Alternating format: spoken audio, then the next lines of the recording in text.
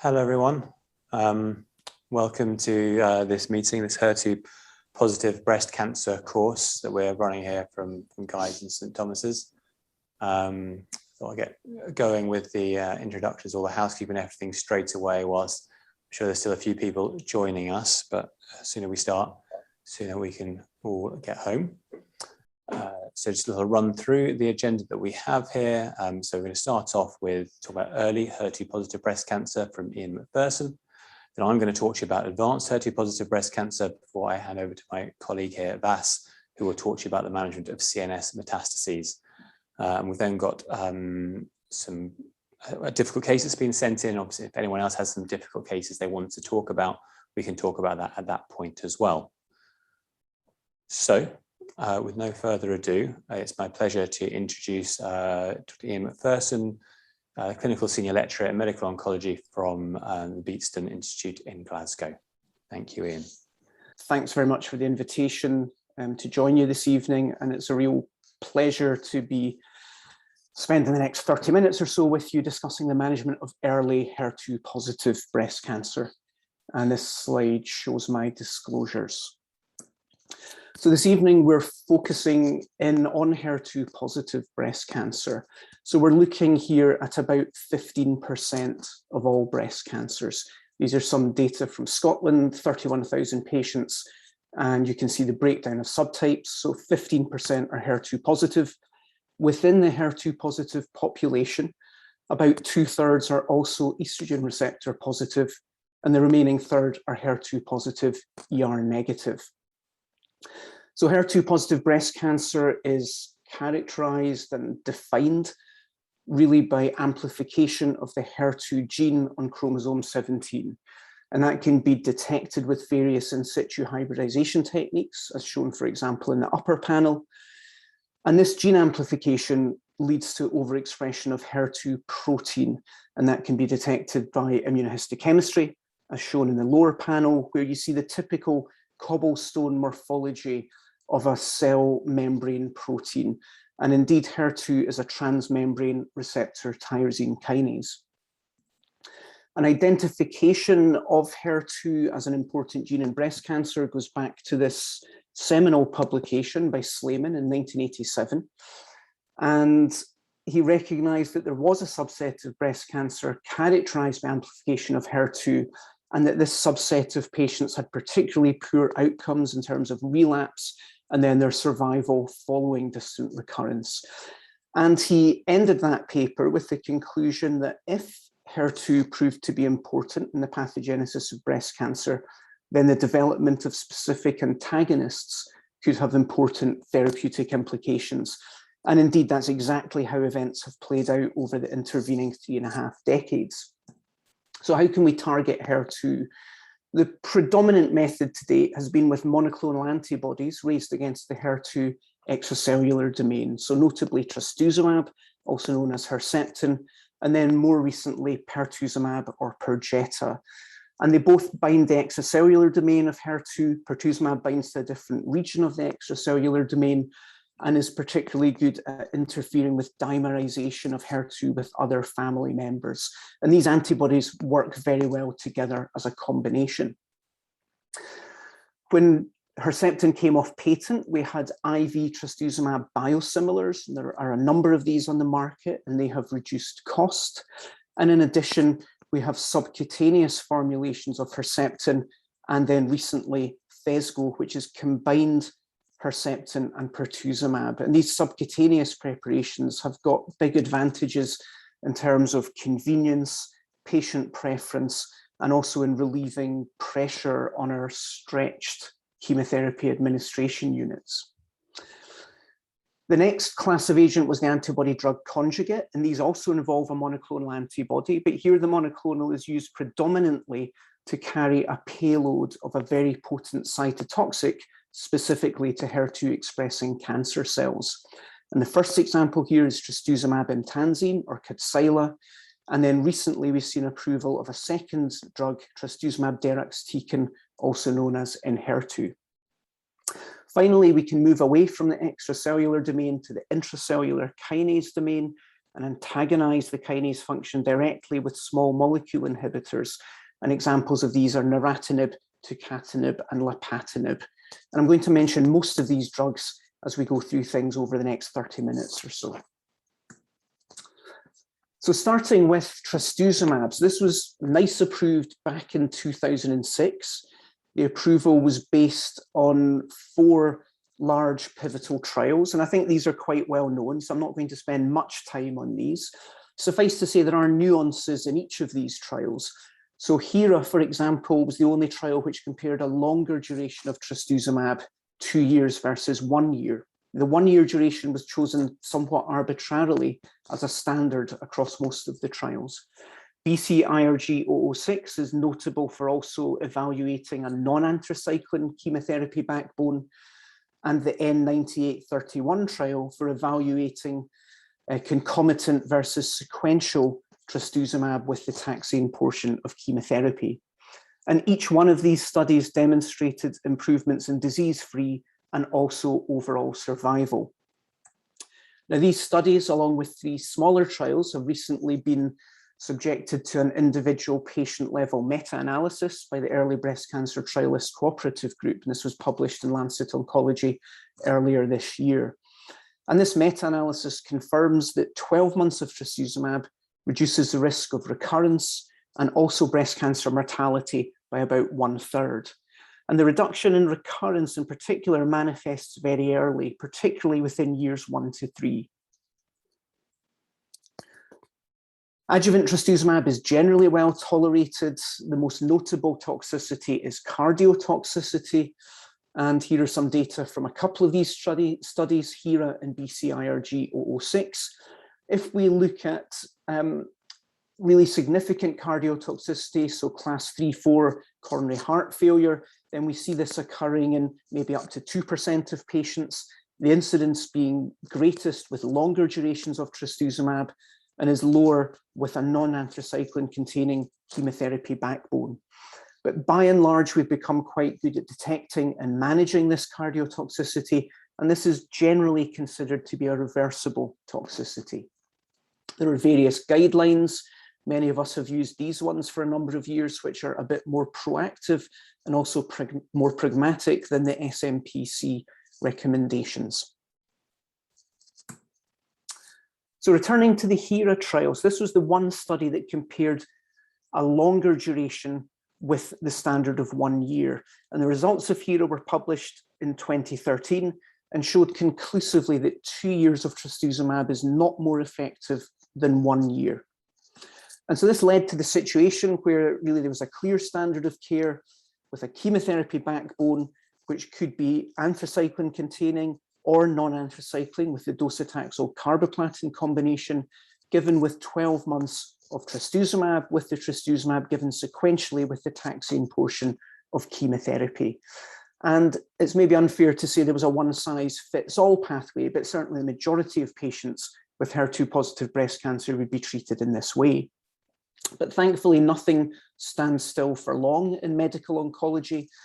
And in the early breast cancer setting, we're always thinking about the dual problem of overtreatment and undertreatment.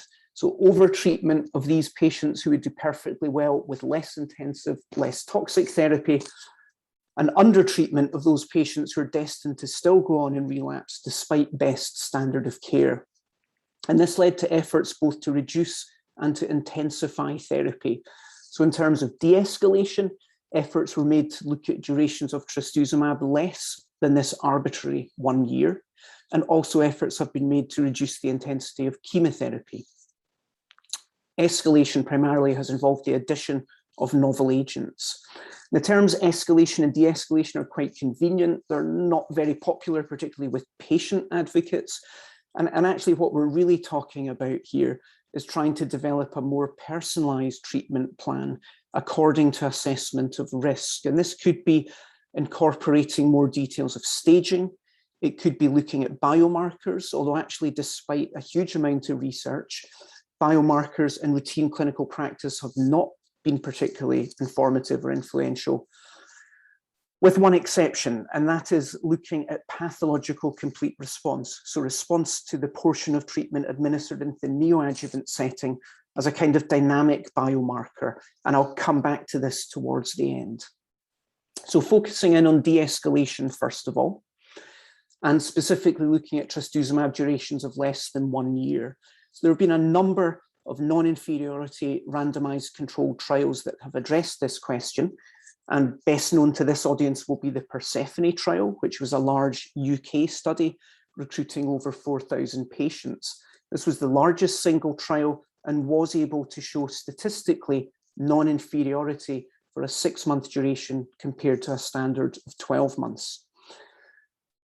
The FAR study was a French trial, again comparing 12 versus 6 months. Actually, the results looked very similar, but statistically, they could not claim non-inferiority.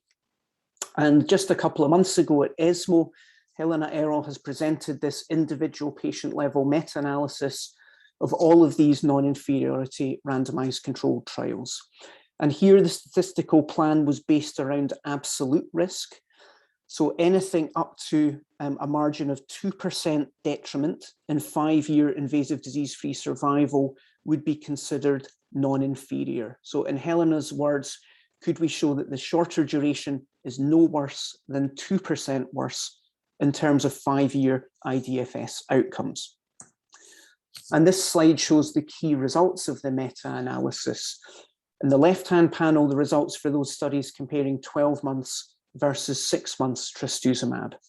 And here the 5-year IDFS rates were 89.3% versus 88.6%, an absolute difference of 0.7%, so within the 2% boundary, and with a point estimate of hazard ratio of 1.07.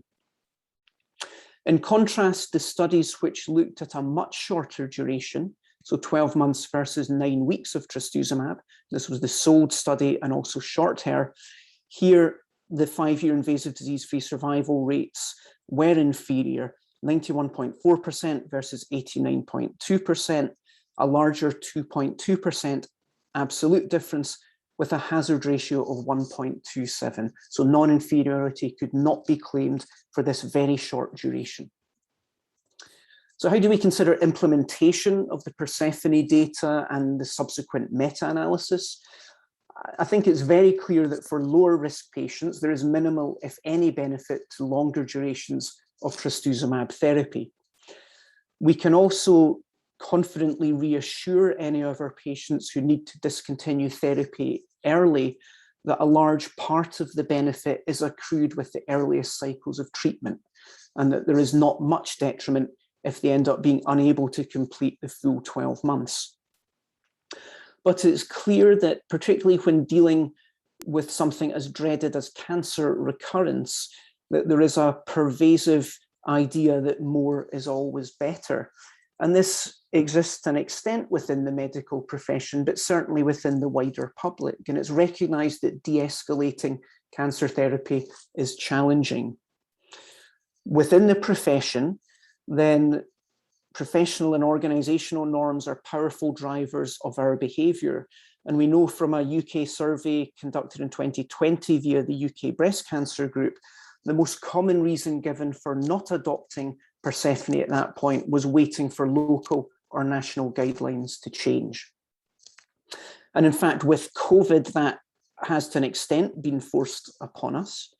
But actually, I think the key point is the last one, and that is that the treatment pathway for HER2 positive early breast cancer has evolved in the time since these studies were initiated. And that is no criticism of for example, the Persephone study team. They were very quick off the mark with their first patients recruited, I believe, in 2007.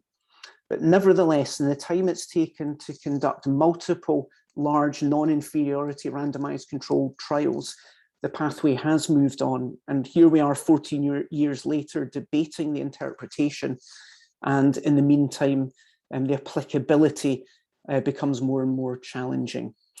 And this underpins why the next generation of studies are actually moving away from the non-inferiority randomized controlled design. And I'll show you this just at the very end. Okay, so what about reducing chemotherapy intensity? And I'm going to focus on a single area here, which is the so-called APT regimen. And this comes from the APT trial, which was a single cohort study led by Sarah Tillany from the Dana-Farber in the United States. And this trial recruited patients with node-negative, HER2 positive disease up to 3 centimeters in size of any ER status. And treatment comprised 12 weeks of paclitaxel with trastuzumab, then with ongoing trastuzumab to complete a 12-month duration. And the 7-year follow-up was published a couple of years ago. The primary endpoint was disease-free survival, 93.3% point estimate of 7-year disease-free survival. But actually, of the events that did occur, many of them were really unrelated to treatment. So, for example, unrelated deaths, new primaries, and probably a more informative endpoint is to look at recurrence-free interval, which focuses specifically on events dependent on the treatment given. And here the point estimate at 7 years is 97.5%. And this included only 4 distant recurrences in a population of over 400 patients. Now, nevertheless, this is a single-arm study, so it's good to look for any supporting data. And the follow-up study from the same group was the ATTEMPT study. And this was now a randomized trial comparing TDM1 with the APT regimen. This was not powered to compare efficacy. This study was around looking at differences in certain key toxicities. And similarly, with 114 patients in the paclitaxel trastuzumab arm, the precision of the point estimate is reduced compared to the original study, but nevertheless, this provides an independent cohort that we can try and see if we see similar outcomes. And here, with 3 years follow-up, again, we see this impressive recurrence-free interval of 94.3%, and with just 2 distant recurrences in a population of 114 patients. Finally, this was an interesting paper that came out of the FDA last year, in which they tried to address some of the criticisms of this being a non-randomized study by going back to the pivotal trials and trying to match patients with similar characteristics and in an exploratory way compare outcomes in a kind of virtual retrospective study. And you can see in the upper panels that the outcomes appear to be very similar for the patients receiving paclitaxel trastuzumab as those in the pivotal trials receiving more intensive anthracycline-based or docetaxel carboplatin combination regimens. Then the other question really is whether in this relatively low-risk population, treatment was even required at all. And here the lower panels are informative. So this compares the patients in the APT trial now with patients in the control arm of the pivotal trials, so chemotherapy without trastuzumab. And certainly it does appear that paclitaxel trastuzumab is shifting up survival. This is exploratory. You can see the number of events is very small, but nevertheless provides a little bit of additional reassurance. And the APT regimen is recommended by the St. Gallen guidelines and also referenced in the ESMO early breast cancer guidelines. So I think this is a good option for select patients. So we'll move now towards escalation of therapy, and we'll start with Purtuzumab. So Purtuzumab is another monoclonal antibody that was approved initially in the neoadjuvant setting and given NICE approval back in 2016. And the approval was based on 2 studies, Neosphere and Trifina. Neosphere had multiple arms. The main comparison really is arms A and B, docetaxel and trastuzumab versus docetaxel, trastuzumab, and Purtuzumab. And you can see a near doubling of pathological complete response with the addition of the second monoclonal antibody. Now, in the Trifina study, Purtuzumab was included in all arms. This was really a cardiac safety study, but impressive pathological complete response rates were observed across the arms. And these data were sufficient to lead to approval when viewed in conjunction also with the metastatic data. But this approval was based on there being a subsequent adequately powered adjuvant study showing improvements in meaningful survival outcomes. And this brings us to Affinity. So this was now an adjuvant study, 4,800 patients recruited after surgery and randomized either to a control arm of placebo trastuzumab and chemotherapy, or to the dual antibody combination with chemotherapy. Primary endpoint, invasive disease-free survival. The initial results were presented looking at 3-year outcomes, and this study was positive in the overall population, and with the suggestion that the benefits were perhaps being driven primarily by the node-positive patients. It's fair to say when these data were initially presented at ASCO and then published, they were met with a somewhat underwhelmed response given the added toxicity and financial toxicity of the combination regimen. Subsequently, results were published with longer follow-up, and so now with 6-year follow-up. And I think actually the true magnitude of the benefit of Purtuzumab really does start to become much more apparent. And shown in the lower panels are the results in the node-positive and node-negative population. So with 6 months follow-up, we're now seeing a more significant difference in invasive disease-free survival, 87.9% versus 83.4%, but really no suggestion of benefit at all in those patients with node-negative disease. It's informative to look at the breakdown of events comprising that make up the IDFS endpoint, and this is driven by a reduction in both distant and local regional recurrences. But I would like to highlight here the CNS involvement as site of first relapse, and you see really no suggestion that intensifying the antibody therapy is impacting on CNS disease. And actually, although I didn't show this, the meta-analysis comparing trastuzumab to chemotherapy alone makes exactly the same point, that addition of trastuzumab, whilst very effectively reducing extracranial relapses, did not seem to impact on CNS as site of first relapse. And that is biologically plausible with these micrometastatic deposits within the CNS representing essentially sanctuary sites that are not accessible to a large molecule such as a monoclonal antibody. And Purtuzumab was given NICE approval in 2019, specifically in the lymph node positive population, and moving somewhat away from the evidence. The approval is agnostic to the timing of surgery. So this can be started either before or after surgery, although the trials were either adjuvant or neoadjuvant. But in fact, this makes perfect sense. Okay, so we'll leave antibodies and turn now to Niratinib, which is a small molecule tyrosine kinase inhibitor. An approval of Niratinib in the early setting is based on the ExteNet study. This is a study with a complicated life, with multiple sponsors, with changes in inclusion criteria and in endpoints. And the study has been criticized, but nevertheless has generated robust enough data to convince the regulator. So this study recruited patients with stage 2 to 3C HER2 positive disease, any ER status, and patients had completed standard adjuvant or neoadjuvant chemotherapy and trastuzumab and had to be randomized within 1 year of completion of the adjuvant trastuzumab. If they'd received neoadjuvant therapy, then they should not have had a pathological complete response rate. There was broader inclusion criteria in the early stages of this study before the inclusion criteria were tightened up. And Niratinib is an oral medication taken once daily for 1 year, and this was compared to placebo. And I've chosen to show here the 5-year efficacy results. The 2-year results showed a very similar pattern. This was a positive study in the overall population in terms of invasive disease-free survival, the primary endpoint.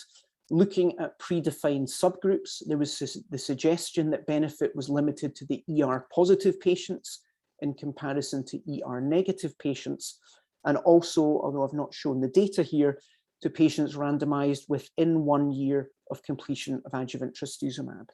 And this led to the slightly unusual situation where the label is different on either side of the Atlantic. The European agencies and in the UK have gone with the subgroup analysis, approving this drug in patients with ER-positive disease and within 1 year of completion of adjuvant trastuzumab, whereas in the States, the FDA approval is based on the entire ITT population.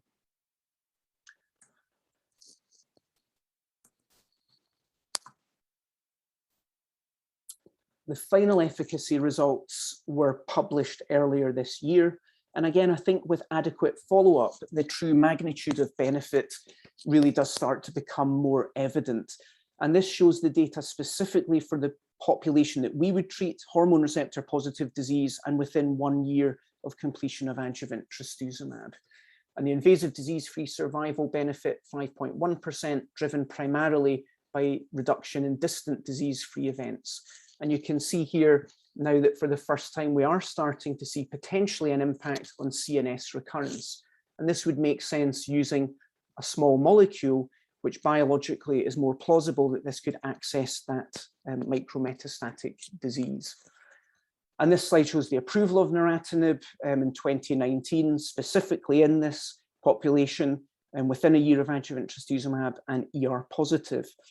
Furthermore, the NICE approval was specifically for patients where trastuzumab was the only HER2-directed adjuvant treatment, and also for patients who, if treated neoadjuvantly, had not had pathological complete response. And the result of this is that Naratinib becomes a bit of a niche pursuit, really. There are not that many patients who meet these criteria. Anyone who's used Naratinib will know that the main toxicity is diarrhea. This comes on rapidly, usually within the first cycle, and can be severe, albeit is relatively short lasting on withdrawal of the drug, but patients can feel pretty terrible. The control study looked at various ways of trying to reduce diarrhea, different loperamide schedules, the addition of a steroid or a biosalt binding agent, and also a dose escalation approach, which is probably the most effective way of reducing this toxicity. Now, during all of this time, there's been a fundamental shift in the way that we treat HER2 positive early breast cancer, with the vast majority of patients now being treated neoadjuvantly. And this is not just because we can reduce potentially unnecessary surgical treatment and morbidity, but because the presence or absence of residual disease after neoadjuvant treatment allows us to alter our subsequent adjuvant therapy in a way that can improve meaningfully patient outcomes. And this is crystallized in recent international guidelines.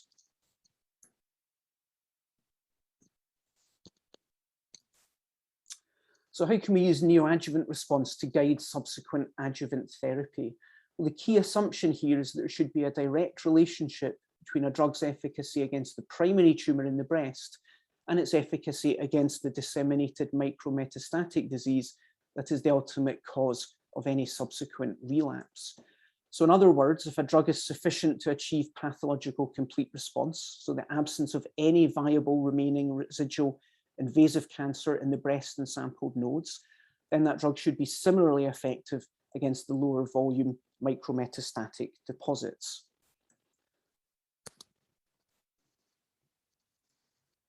And in fact, that relationship holds. That has been known going back to the earliest neoadjuvant studies, but really a wealth of data has now accumulated to confirm this hypothesis. And this is a recent meta-analysis, probably the largest meta-analysis looking at this. And here you see over 7,000 patients with HER2 positive disease and the different outcomes in those patients with pathological complete response versus non-pathological complete response, hazard ratio of 0.32. And crucially, these data are actionable. So for patients who do not have a path CR to their neoadjuvant treatment, then we will modify and adapt their adjuvant treatment to give them TDM1 based on the Catherine trial. However, the majority of our patients actually will experience a pathological complete response, and we're not quite there yet with using this information to adapt subsequent therapy. So this slide shows the Catherine trial. This took patients with residual disease following neoadjuvant chemotherapy and HER2 targeted therapy and randomized them to receive 14 cycles of TDM1 or a control arm of 14 cycles of trastuzumab. Primary endpoint was invasive disease-free survival, and highly statistically and clinically significant results are shown with an 11.3% absolute gain in 3-year invasive disease-free survival. Again, looking at the breakdown of events, we see a reduction in both distant and local regional recurrence, but I've highlighted once again, the importance of CNS as site of first metastatic relapse. And again, there's no suggestion here that the addition of T-DM1 is impacting on CNS. And in fact, if anything, CNS as a site of first relapse becomes relatively more important as we get better at treating extracranial disease. I won't labor the subgroups, but I've just highlighted one, which is the group of patients with the lowest burden of residual disease, less than 1 centimeter in node negative. And even within this group, there are meaningful absolute gains by a switch to adjuvant T-DM1. So this brings us to the evolving landscape of HER2 positive early breast cancer. So there are still patients with relatively low risk stage 1 disease who may be best served by going straight to surgery. And this is particularly the case if you think the APT regimen may be an option, and thus we're avoiding over-treatment. There will be some patients who go to surgery but are found to have perhaps a higher stage of disease who will receive adjuvant Trastuzumab and Purtuzumab along with chemotherapy. But the vast majority of patients now will be treated neoadjuvantly with chemotherapy and dual antibody therapy. Then, depending on their response to that therapy, they may continue with dual antibodies according to their nodal status, or alternatively, their therapy will be adapted and escalated to comprise T-DM1. Finally, just looking at the direction of travel, most of the activity now is going to be around using PathCR as a means of adapting subsequent therapy according to response. And I'll just show a few studies in the last couple of moments. This is Destiny Breast 05, and this is a straightforward randomized comparison of Trastuzumab deruxtecan versus T-DM1. And I think you'll probably hear much more about Trastuzumab deruxtecan in the next talk, but given the results we've seen in the advanced disease setting, it's going to be very exciting to see whether and to what degree this can improve on T-DM1 in patients with residual disease. This is a platform study being run in the US, which is now open to recruitment. This will take patients with HER2 positive early disease and they will receive a taxane Trastuzumab Pertuzumab regimen for 12 weeks. Those patients with PathCR will have no further chemotherapy. So effectively, this is looking at de-escalating chemotherapy, in particular anthracycline. And patients with residual disease will be randomized to either T-DM1 or T-DM1 plus Catinib. And again, I think you'll be hearing about Catinib in the advanced disease setting, but clearly the interest here is not just about reducing extracranial recurrences, but to see whether Catinib can impact on this stubborn problem of CNS as site of first relapse. This is the European and Breast International Group study called Decrescendo. This takes a lower risk population, node negative patients, albeit with tumors up to 5 centimeters in size. And again, this is 12 weeks of taxane Trastuzumab Purtuzumab, with those patients having a pathological complete response, continuing dual antibodies, but not receiving anthracycline. To an extent, this represents an escalation compared to UK practice, where we would not generally be giving Purtuzumab in a node negative population. And I'll just finish with the UK HER2 Radical study. We're about to open our first sites to recruitment before the end of the year.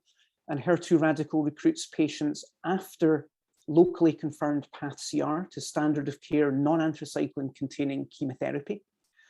Following entry to the study, patients will then continue Trastuzumab to complete 9 cycles in total. And this is based on Persephone and the meta-analysis, but they will receive no further Purtuzumab and no anthracycline. So here we're de-escalating chemotherapy, but also de-escalating the duration of antibody therapy. And if anyone's interested in their site taking part in this trial, then contact me directly, or alternatively, the email address for the trials unit is shown at the bottom of this slide. So thank you very much for your attention. And if we've time, I'm happy to take any questions.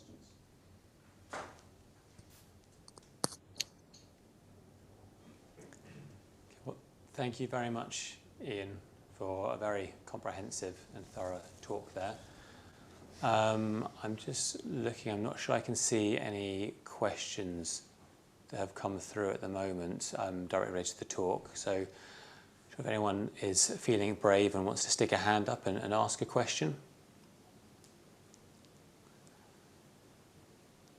Okay, well, whilst everyone's having a think, I might just ask one of my own. So amongst the many data that you discussed, so the de-escalation studies were in there.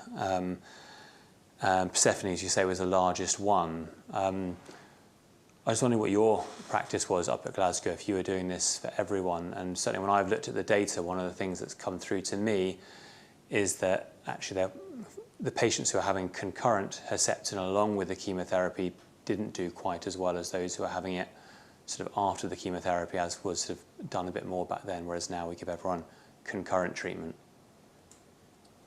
Yeah, thanks, Mark. So no, I mean, we're not doing this for everyone. And I think there are 2 points here. First, I think, there is this point estimate of 1.07 increased risk. And so for someone with a low absolute risk, then, multiplying that by 1.07 is pretty negligible. But for a higher risk patient, then potentially you do stand to lose a bit more. I think the subgroup analyses you refer to, I think are really quite difficult to interpret. They were not really consistent across Persephone and FAR. And I think what I really look forward to will be the formal publication of that meta-analysis that Helena presented at ESMO, where we can really drill down at the individual patient level and look at subgroups that these data were lacking from her brief presentations. I think that is actually going to be helpful. But as I alluded to, the other problem is just that things have moved on. And in general, we're not giving, high-risk patients a year of adjuvant trastuzumab. They're having dual antibody therapy. In fact, most likely they've actually been treated neoadjuvantly. They may be having adjuvant TDM1, or they've had path CR. And so we're trying to address this, as I mentioned with my plug for HER2 radical just at the end there. This is trying to build on Persephone, but is adopting a hopefully more nimble design. It's non-randomized, so we can answer the question with 720 patients rather than several thousand, and hopefully get an answer within a time period where the results can meaningfully impact practice. Thank you. I guess it can be quite a useful thing to reassure those people who do run into cardiac issues. If you are stopping them early, it's not the end of the world as well. Exactly, yeah. Okay. All right. I'm not seeing any other questions at the moment, and we are at 6 o'clock, so you've timed that perfectly. So yes, I say thank you very much for your talk. Thank you. I'm going to talk about metastatic HER2 positive breast cancer. And he was quite right. He has done a couple of spoilers about a couple of things I am going to touch on in here as well. Some disclosures. So the drugs I'm going to talk about and the main ones that we're using in metastatic HER2 positive breast cancer.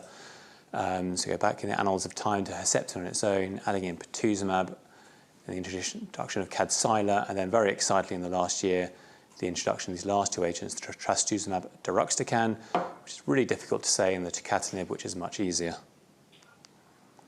So we've got to go back 20 years, maybe a little bit over, to when Herceptin was coming in, again, then Islamon. And here Trastuzumab, in this study, was given a slightly different way. It was given alongside an anthracycline or a paclitaxel, and given a much lower loading dose, a general dose than we currently give these days. Yet despite that, we see an improvement in progression-free survival in the top left, all chemotherapy drugs, and then whichever arm you use for that as well. So in case you hadn't realized already, Herceptin's a good drug. It works. And for overall survival as well, it keeps people alive longer too. So that's certainly ticking all the boxes there. I could go through that very quickly because it's all a little bit old hat now. And then much more recently, the addition of Purtuzumab. So now the regime a lot of us use now, Purtuzumab, Trastuzumab, and docetaxel. So you see we fast forwarded 11 years here to 2012, and it's a very clear randomized controlled study, everyone gets docetaxel and Herceptin, and you either get Purtuzumab or not. And again here, we're eating away even further. Progression-free survival is significantly better with the addition of the Purtuzumab, with a very strong hazard ratio of 0.68.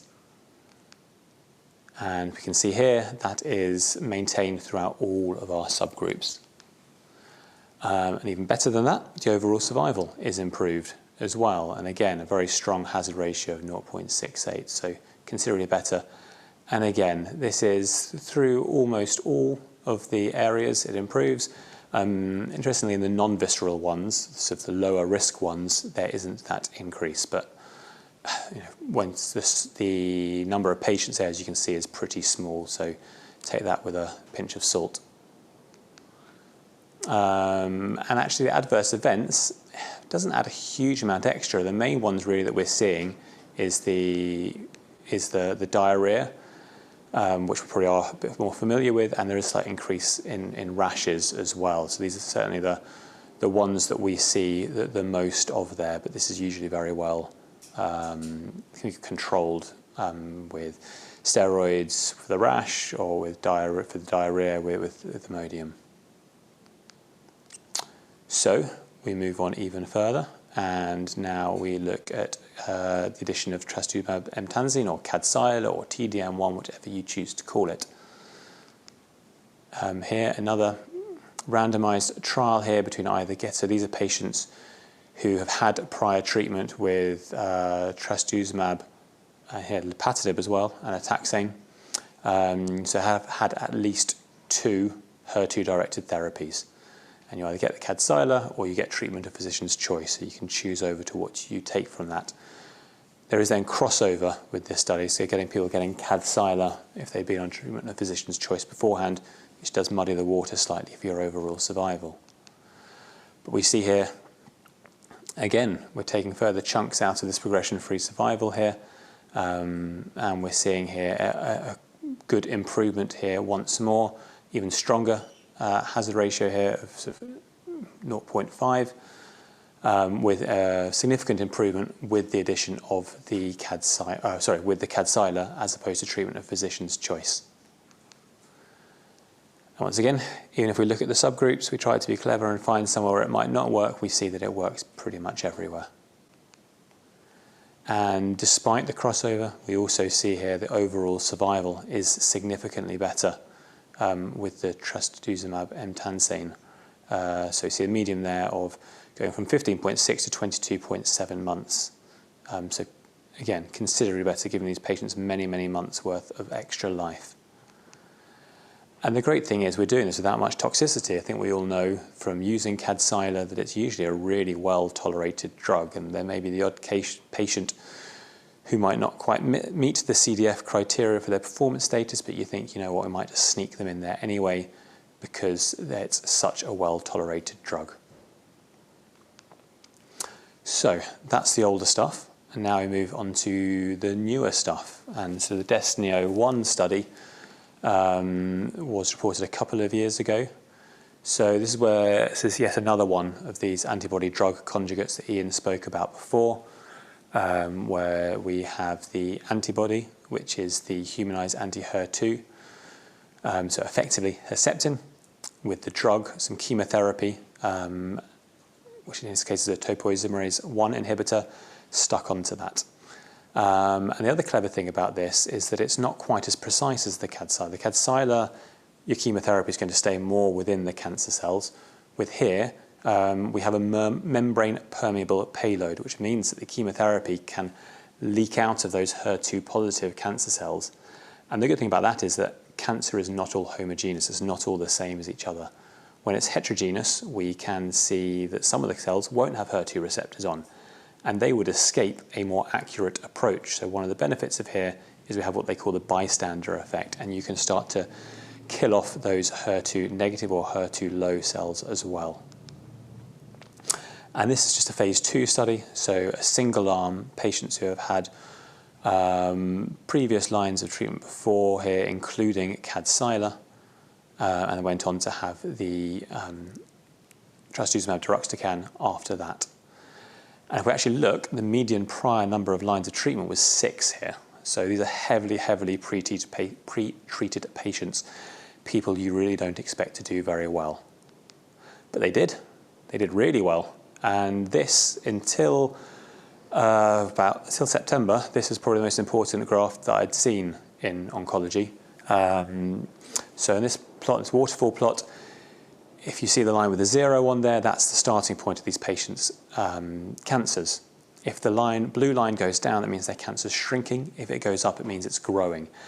And as you can see, the vast majority of these blue lines are going down. And in fact, 11 of them go all the way down to -100, which means these patients achieved a complete response, which is a pretty sensational outcome for people who have had 6 lines of treatment for HER2 positive cancer. And so overall here we see a response rate of 61%, and if you add in your stable diseases to that as well, to have your disease control rate, you see that gets up to 97.3%. So the progressive disease is absolutely tiny here, 1.6%, just 3 patients. That's pretty sensational. All the subgroups do better as well, which is good. And actually, if you've had prior Purtuzumab, again, these numbers start getting small, then you do even better, which is good because most people will have had Purtuzumab these days. This is relatively immature, some of this data, but certainly the progression-free survival, you can see that's pretty good there, median of 16.4 months for someone who's already had 6 lines of therapy. That's pretty good. And overall survival hadn't been reached. So really promising data. You do pay for it a little bit. It is a little bit, it certainly is more toxic than the Kadcyla is, but certainly as you can see from here, the majority of it is grade 1 or 2 issues. You do get some GI upset here with the nausea and the vomiting, but a lot of it is hematological with neutropenia and anemia, which is easier for us to be able to fiddle with blood transfusions when needed and a bit of GCSF. The other thing of particular interest that came out of this study was the interstitial lung disease, and there were 4 patients that had grade 5 interstitial lung disease, which is a much nicer way I always think of saying it rather than actually they died, which is what grade 5 toxicity is. So there was a real concern about this drug. We're starting to see this with a few more agents now, and we are starting to get a little bit better at treating that. But it is something we do certainly need to be aware of when 13% of patients are getting some interstitial lung disease. Cardiac failure, not really seen with this, thankfully. That was pretty a rare event to see. So we then moved on. You're going to see a lot of Destiny studies over the next few years. I've already spoken about Destiny 01, Ian spoke about Destiny 05, here's Destiny 03. And this is a straight randomization between Kadcyla, which we've already discussed as a really good drug, and the Trastuzumab deruxtecan. Now, I always think you've got to be very confident if you're going to take on a really well-established drug head-to-head like this. You've got to know your drug's pretty good. So just to compare the 2 drugs, as I said before, we get this bystander anti-tumor effect with the Trastuzumab deruxtecan, and you also get a little bit more bang for your buck. You get 8 bits of chemotherapy, so your drug-to-antibody ratio 8:1, so 8 bits of chemotherapy to each antibody, as opposed to about 3.5:1 with the Kadcyla. And the payload works in different ways, which is going to be an important thing going forwards because it makes you think, well, you can use these drugs sequentially and hopefully get some effectiveness from both of them. So this is now my favourite, or I think most impressive graph in cancer. This is looking at the progression-free survival. And you see, Ian before had a hazard ratio for one of his trials of 0.32. Well, I can beat that with a 0.28. So it's sort of 3 or 4 times better than what's already a really good drug. And we see, certainly up at the top there, the median progression-free survival has not been reached yet for the Trastuzumab deruxtecan. But even the 12-month PFS rate was over, well, 3/4 of patients, 75% for the Trastuzumab deruxtecan, down at 34% for the Kadcyla. So when your p-value is having to be expressed as ×10⁻²², your study's pretty strong. this is really immature, this data. This will be more interesting in a year or two's time, but already we're starting to see an improvement with overall survival. But as I say, I think the fact that a year in for these pre-treated patients and only 94%, sorry, there are 94% of them still alive with the trastuzumab deruxtecan is very promising. And again, we get basically a replica of that very impressive waterfall plot that we saw before with the Destiny-01 study. The Kadcyla, that looks pretty good as too, but you can see there are still a fair proportion going up, whereas it's very, very few progressive disease, just 3 out of the 261 patients is pretty spectacular. As mentioned before, you do pay for that benefit. So these drugs, the trastuzumab deruxtecan is certainly more toxic than the Kadcyla is. I think it's worth it for the change that we have there. I guess the issue is that hopefully these patients are going to be on this treatment for a very long time, and so it's not like an adjuvant drug where you're giving it for 6 months and they feel lousy for 6 months. They can get over that. They're going to be on this for years potentially. So I think that does have to be weighed up, and we do have to make sure as we use this drug more, we'll get hopefully better at treating that toxicity. Going into this study, they were much more worried because they were aware of the issue with interstitial lung disease. And so that meant that everyone was a lot more vigilant for it. And likely, as a reaction to that, as a result of that, we see actually there was no grade 4 or grade 5 events with interstitial lung disease. We saw more grade 1 and grade 2s. So I think that these patients were the ones that maybe weren't kept an eye on, or we weren't so alert to keep an eye on, that maybe became more serious in the Destiny-01 study. And we also see that both drugs don't have a huge effect on the heart, thankfully. So the conclusions of this, that the trastuzumab deruxtecan looks like a really promising drug. Ideally, we'd like to use it second line now because it's just been shown that it's better than the current second line treatment of Kadcyla. But at the minute, it's only accessible as third line treatment. But hopefully the drug licensing will change soon to rectify this. And the ADCs are an effective method of delivering targeted chemotherapy. And we're starting to see that outside of the HER2-directed treatments, such as the sacituzumab govitecan in triple-negative breast cancers. So, excuse me. Just to keep on going, I'm just going to talk about the HER2 CLIMB study. So this is the final drug, which Ian had touched on before as well, the Catinib. So in this study, there's a 2-to-1 randomization of either Catinib or placebo alongside trastuzumab and capecitabine. And I think what's very interesting about this study, and I know that Vas will go into this in more detail, is there were a lot of patients in this study who had brain metastases. And in fact, here we see it's about half of the patients had brain metastases, and whilst a chunk of those were treated stable ones, there were quite a few that were untreated and quite a few that were progressing. So this is really, Ian has shown that this is a real problem in breast cancer, particularly HER2-positive breast cancer, that we are getting these CNS metastases. So if all the trials are excluding those patients, then they're not serving the patients that we want to help. So by including patients with brain mets, I think that really is the way forward for these studies. And so if we look at the intention to treat group, we see a significant improvement in progression-free survival. Again, a very strong hazard ratio of 0.54, with the median PFS improving from 5.6 months of placebo to 7.8 months. And if we look at our subgroup analysis, again, everyone here is doing well with the addition of the Catinib. And moreover, the overall survival is also improved in these patients. So you're getting about another 4.5 months worth of life if you're having Catinib added into this. And again, everyone benefits from an overall survival point of view as well.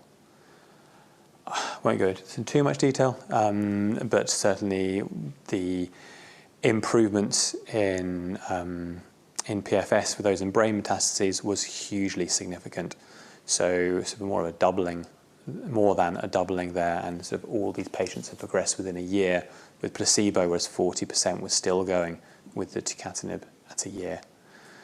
And the overall survival benefit was also there as well. And this is looking at the patients with active brain mets, so not someone who had a tiny little metastasis, had stereotactic radiotherapy you're not worried about. These are the patients with active brain mets, and again, doing significantly better, and again, surviving longer. And we look at the response rate within the brain as well. You're actually seeing these cancers shrink down, and there is, I believe, still open an early access scheme for Catinib, which Seagen is running. I've got one patient in it, and her cancer has responded in the brain. I can't tell you that's statistically significant with an N of 1, though. You do get some additional toxicities, and they do seem to be the same sort of toxicities we would already be seeing with the capecitabine. So it seems to be taking those and just making it a little bit worse, unfortunately. So the diarrhea we know that the cape can give is a bit worse. The PPE is a bit worse. The stomatitis is a bit worse. So they're all the things we're used to dealing with. We just are going to see them a little bit more with the addition of the Catinib. So, just to summarise, I've been through quite a lot of data there. First-line treatment, I think we're still established that is a taxane with Purtuzumab and Trastuzumab. We don't have any evidence to tell us otherwise from that. Second line, we're a bit stuck at the moment. It is Kadcyla, because that's what the licensing laws tell us. Although the Destiny-03 data does show us that HER-2 is probably a bit better. Well, is definitely better. Third line at the moment, I think we would likely be going to HER-2, which is the Trastuzumab deruxtecan. Sorry, I've changed names there to the proprietary name. But I think the data from the HER2 climb does tell us that if you've got active brain metastases, then Catinib with capecitabine and Herceptin on that HER2 climb regime is probably the better way to go. And your fourth line is then likely to be whichever you didn't have for your third line. There are some other agents out there, some of the tyrosine kinase inhibitors, like such as the Naratinib that was being touched on before.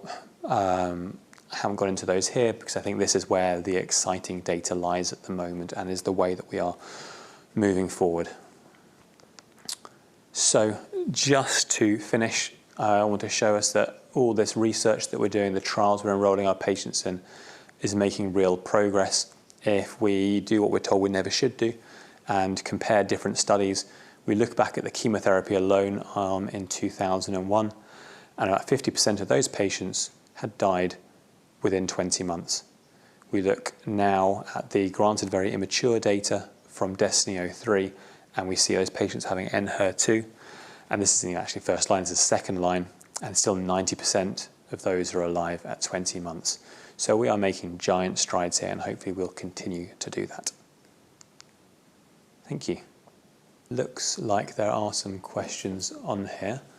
So I think some of those were ones for Ian earlier on that he has answered along the way. There's one there for me. How do you monitor for ILD whilst on Trastuzumab deruxtecan? Symptom review and clinical exam alone, or should we be considering pulmonary function tests and or more frequent imaging? So I think we need to be realistic with these drugs. Again, if people are going to be on them for a long time, I think a lot of these patients, they've got metastatic disease, they are going to be having CT scans pretty frequently. I think most of us usually every 3 cycles, which is 9 months, are likely to be doing them to begin with. So that's going to let us be looking at the lungs from an early point. But I do think a symptom review is probably the main one here. And whereas when we've had patients with other drugs that have said, I feel a bit short of breath, we say, oh well, chemo is knackering you a little bit. That's probably what it is. I think with these drugs that we know can cause this, I think that's when we need to get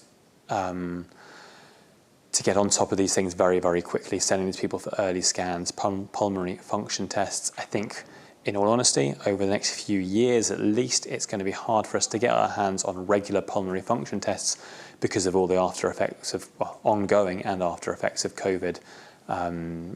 Long COVID, we're going to be seeing our poor respiratory colleagues are not going to be too appreciative if we're sending everyone there for regular pulmonary function tests. So my personal opinion would be that, well, for the few patients I have on this, I'm just doing the normal regular scans and keeping a very close eye on their shortness of breath. And then, so I hope that answers the question. Another question here: with viable treatment options now available for CNS Mets from HER2 positive breast cancer, should we be advocating for CT or MRI brain as part of baseline staging workup along with CT, chest, abdomen, pelvis in this disease subtype? So I've just been stung by this recently. I just had a patient who was diagnosed about 15 months ago, really widespread, horrible HER2 positive breast cancer, lots of liver mets, liver function gone off, CA153 of 4,000, no brain symptoms whatsoever. She actually did have an MRI at the beginning, completely fine. She is very anxious about brain, well, anxious about quite a few things, but particularly about brain mets. I started her on paclitaxel, Herceptin, Purtuzumab. She responded brilliantly well. Liver function, CA153, everything's all completely normal, completely regressed the disease in her liver. She told some porkies and got herself a scan of her brain by saying she had headaches when she didn't actually have them. She's now been found to have lots and lots of brain metastases. There's a relatively small volume of them, so hopefully we can get her some stereotactic radiotherapy. I'm not sure what to do in this situation, if I'm honest. I think an annual MRI or annual brain imaging possibly is quite reasonable because, as you say, there are some things we can do if we catch this earlier, such as having stereotactic radiotherapy. We haven't got the Catinib available to us in the NHS as of yet, but hopefully before too long we will be able to get access to that. Even then, I'm sure it will be sort of, I think what they're going for is third line and beyond, I believe. So I don't think it's any guidelines, but I wouldn't be adverse to doing that for some patients.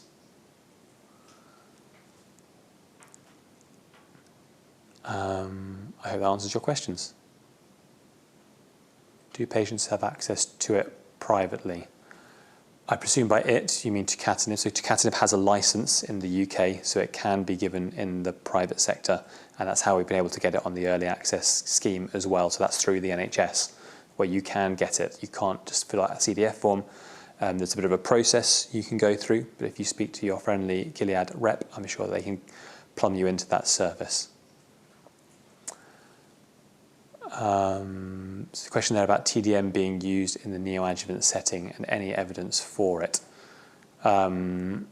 It's not routinely being used in the neoadjuvant setting. The closest it is to that is that in those patients who have neoadjuvant chemotherapy, as Ian said from the Catherine study, those patients who did not achieve a pathological complete response went on to have, or should go on to have, Kadcyla adjuvantly, but that's not really neoadjuvant, and I'm not aware of it being used neoadjuvantly. I don't know if you are at all. That's no.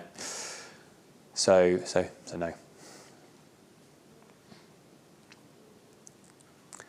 I guess I have a question for you, Mark, if that's okay. Yeah. So with Destiny 03, and potentially which has been a practice-changing trial, what do you think we will do with TDM1? Is that still got a role in a certain subgroup of patients, or we would be able to use it in third line? It's a very exciting drug. It's obviously superseded TDM1 evidently, but does that kind of, where does TDM1 now go? So I think if we can use the trastuzumab deruxtecan as second line, then I think that probably the Kadcyla likely fits in at third line. They are different chemotherapy drugs, even though the antibody delivering them is very similar. So having resistance to one does not necessarily infer resistance to the other. So I think that it is quite reasonable to use both of them. There is an argument if you've got someone who's got very little disease, that because there is more toxicity with the trastuzumab deruxtecan, that maybe you just sit them on their Kadcyla because they may well be on it for years, and it's much less unpleasant to be on Kadcyla for years than being on trastuzumab deruxtecan for years, and you've always got it as an option further down the line. Good, thank you. Okay. All right. Well, thank you for some good questions in there. I will now move things forward, and we go on to our final talk now. So my colleague Vas Angelis recently joined us here at Guy's back in March, and he is going to speak to you about CNS HER2 positive disease. Great, so thank you very much for the invitation to talk about management of metastatic brain disease, and we will try and focus on HER2 positive breast cancer, but I think it's important to address a couple of issues before we move on directly to that. So I think it's important to talk a little bit about CNS disease in breast cancer, although it's quite a massive subject. We'll briefly skip over it. And then talk about the different treatment options that we have, including systemic therapies, meaning more cytotoxic therapies, as well as intrathecal therapies, and try and see the data for the HER2 positive breast cancer, but mostly talk about targeted therapy, which has been a hot topic as you've kind of gathered from the talks before us. And then slightly talk a little bit about prevention, although I think we've kind of alluded to it through the slides. So CNS disease in breast cancer is quite common, as it's in most advanced cancers. So breast is the second most common solid malignancy that is known to have brain metastasis as a very common manifestation. However, we now know that as our treatments are improving and patients live longer, that the incidence now has been increasing. And there's been a recent meta-analysis that has shown that approximately 1/3 of our patients in the HER2 positive breast cancer cohort, as well as the triple negative, will develop brain metastases. Of course, it's important to bear in mind that this manifestation has quite a variable clinical presentation, and we have to be quite on the ball identifying that. And I think that kind of goes back to that question with regards to surveillance for that, which we will talk a little bit about in the following slides. Now, it's important to talk about the different types of brain metastases, and that presents as parenchymal metastases. And that's also can be actually split into a further two different groups. So you can have patients that present rarely, but with a single lesion in the brain with no extracranial disease, as well as patients that present with some limited lesions in the brain. The prognosis is quite different between our subgroups of breast cancer, and we know roughly, although this is slightly older now, this data is that HER2 positive breast cancer patients presenting with brain disease have approximately a prognosis of 20 to 26 months. There is some evidence preclinically about ID2 potentially involved as a key regulator and also being correlated with prognosis. Leptomeningeal disease is something that is a significant problem for all of us treating patients with metastatic breast cancer. It does affect a low percentage, but it's quite detrimental when it does. The highest rates, again, are seen in the HER2 positive and triple negative, and also is been known to be more associated with lobular histology. It does, though, affect 25% of our patients that have parenchymal disease, and the survival is really poor. That's why that's a significant unmet need in this field. I guess what's important for HER2 positive breast cancer is that patients that present with CNS disease is quite significant, and it can be up to, one half, almost 40 to 50% of our patients. So this is a significant problem. And as my colleagues alluded earlier, brain is frequently reported as the first site of relapse for patients that received adjuvant treatment with anti-HER2 therapy.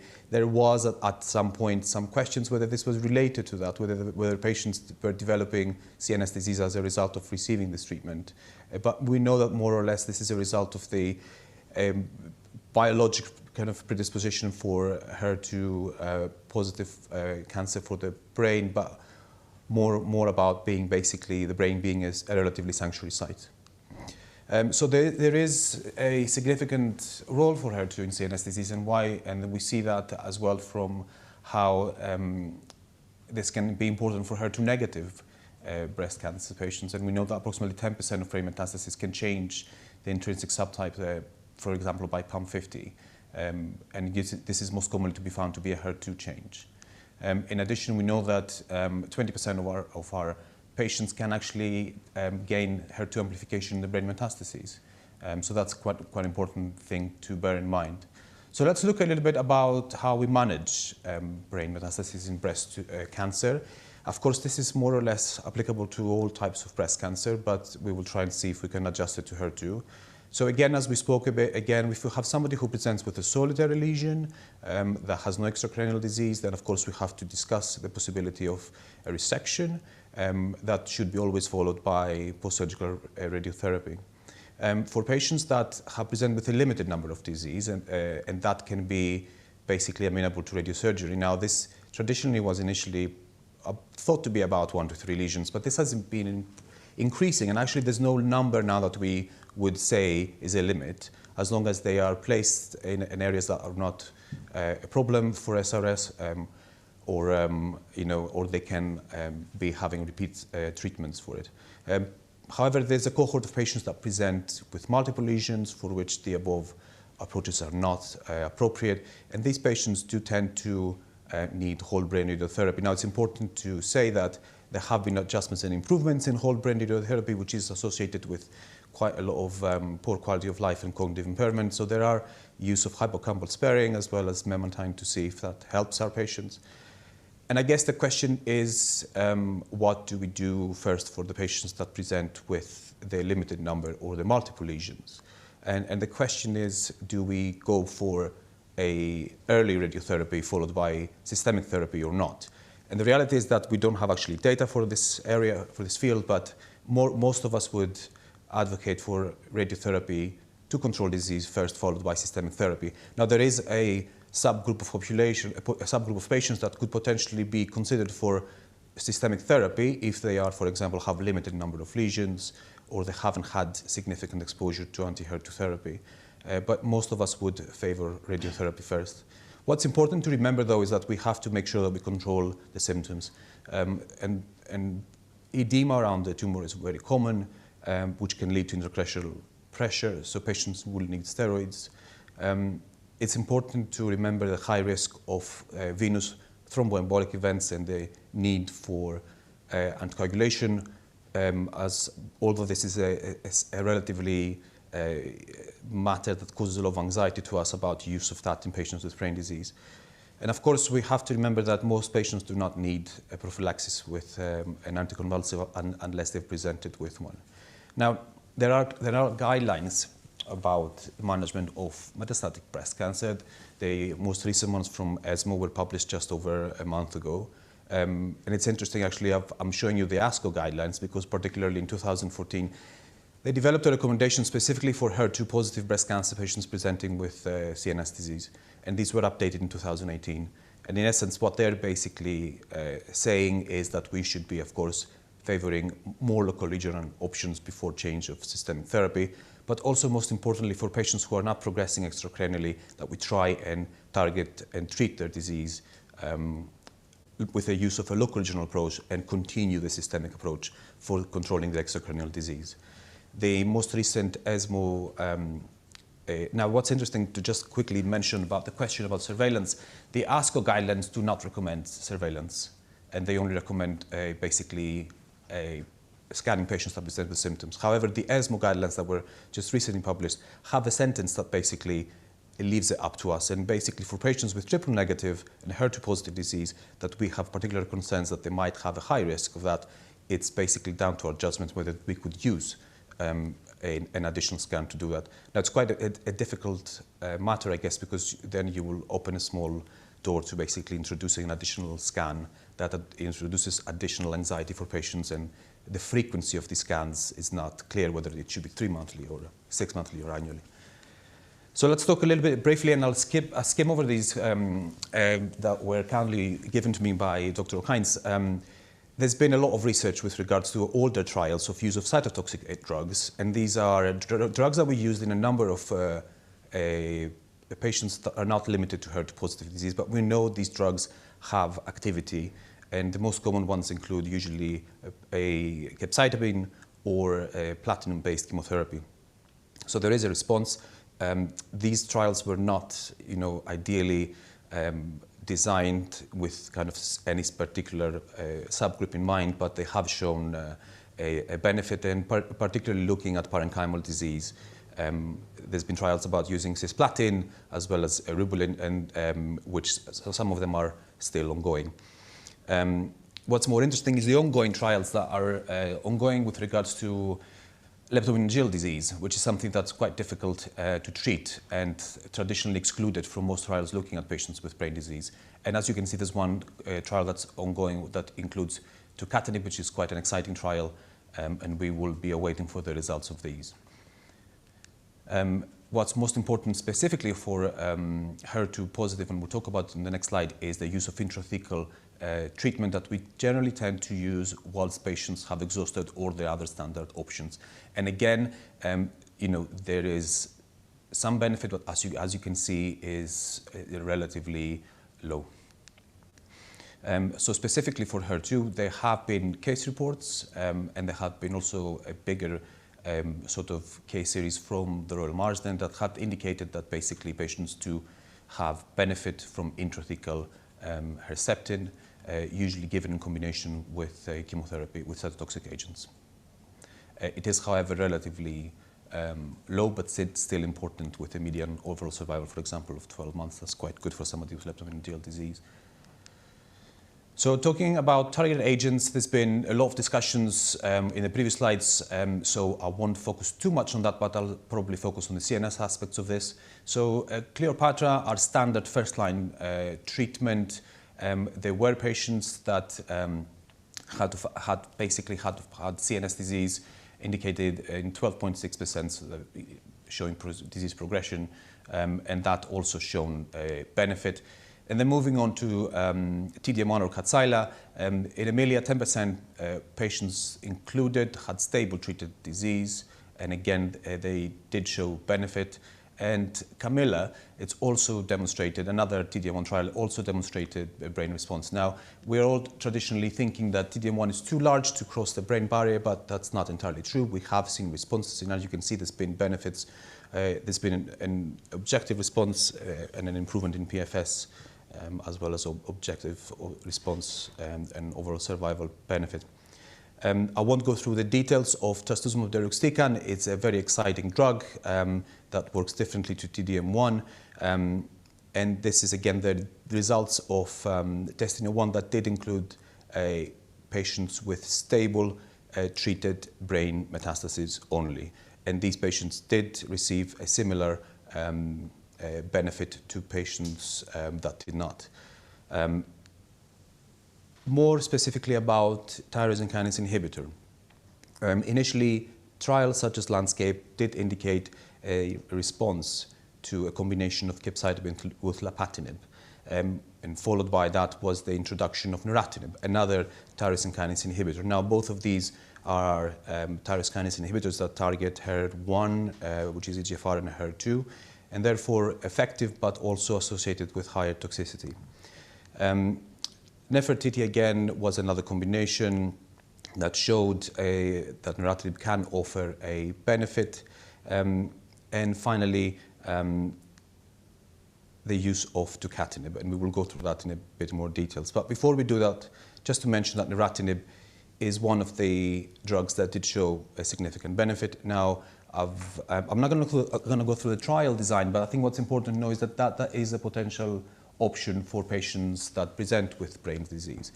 But the only problem with Niratinib, as mentioned earlier, is the significant grade 3 toxicity of diarrhea that is associated with the drug. But it's still an option, and as you can see, it does offer a benefit, particularly to patients with CNS, and in improving their survival, progression-free survival from 8.3 to 12.4. So this included patients that had received previous radiotherapy.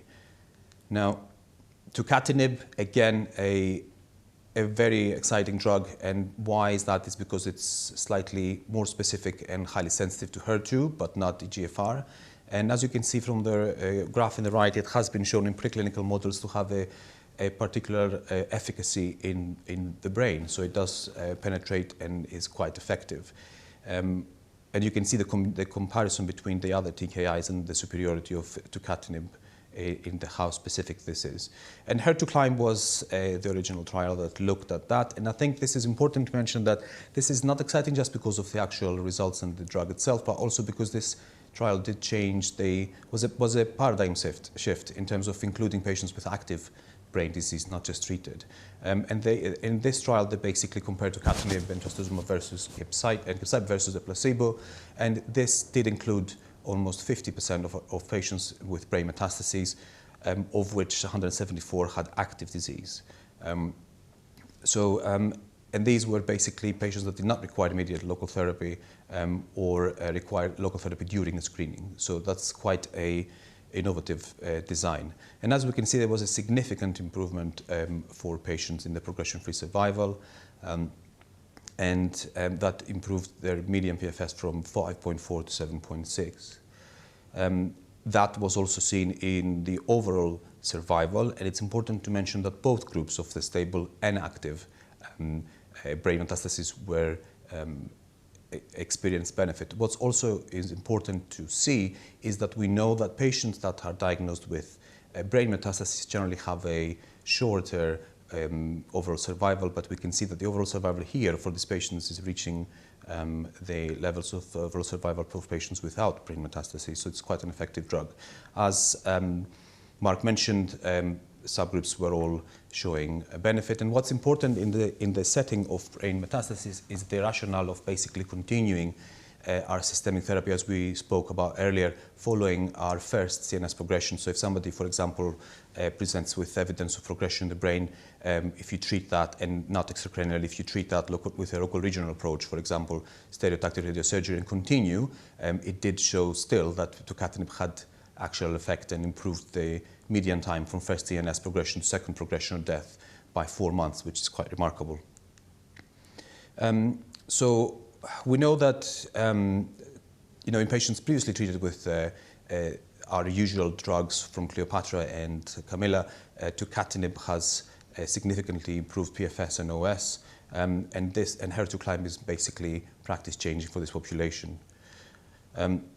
There are ongoing trials. Again, we're not going to go through them, but they include other types of tyrosine kinase inhibitors, such as Niratinib, which have been associated with higher toxicity. So nothing particularly exciting apart from the recent results from HER2CLIMB, but HER2CLIMB-02 is one that's currently active, and we will are waiting for the results for that. Finally, I won't bother you too much with this because I think we spoke about the role of preventing CNS in our early part of the talks, and that's quite important because preventing CNS disease can actually be possible by our choices of adjuvant treatment. And we had the results of Extenet as well as Catherine as well, and we know that there is some benefit from these drugs with regards to CNS relapse. However, it's quite small, and we're not quite sure how we can follow this up. And I won't go through that because I know Ian went through that, but COMPASS is one of these trials that's looking at this aspect in the early setting. So finally, this is just a rough plan of how we treat patients, and obviously this has been changed by the HER2 results. I guess this is very similar to Mark's slide about how we choose our treatment options for our patients, and at the moment it's very reasonable for patients with active brain metastasis to be considering the combination of tucatinib, capecitabine, and Herceptin. However, it's important to remember that we're waiting for the results from Breast Destiny 12, which is a study that will be focusing on patients with brain metastases receiving trastuzumab deruxtecan, and this could revolutionize this part of our treatment line further. So CNS disease remains an area of unmet disease. It's very exciting to see that these trials, including these patients, are increasing. HER2CLIMB is setting a new standard, as well as the Destinies. And preventing HER2 brain metastasis is probably an area that we have to focus now as well. So if you have any questions, thank you.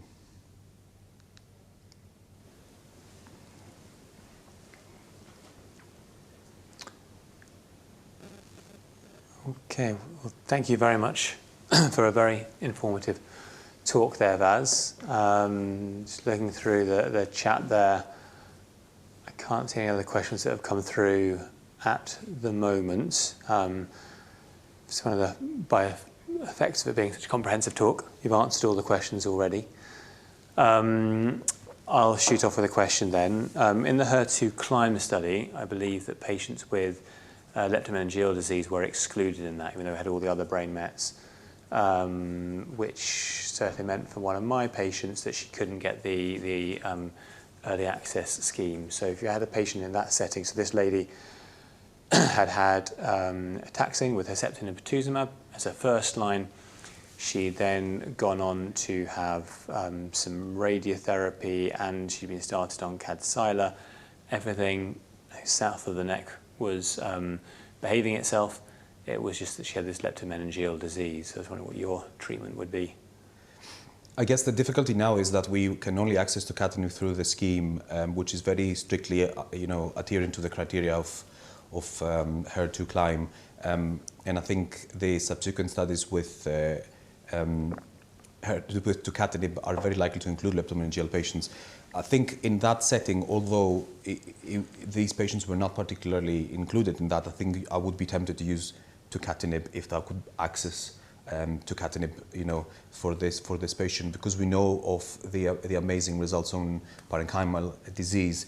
You kind of hope that this would extrapolate to the leptomeningeal disease, and this is one of the disappointing facts of when you have patients with leptomeningeal disease that are excluded from these trials. And although they're 5 to 8% of the population, they're still an important, because 25, a quarter of our patients with brain disease can develop that.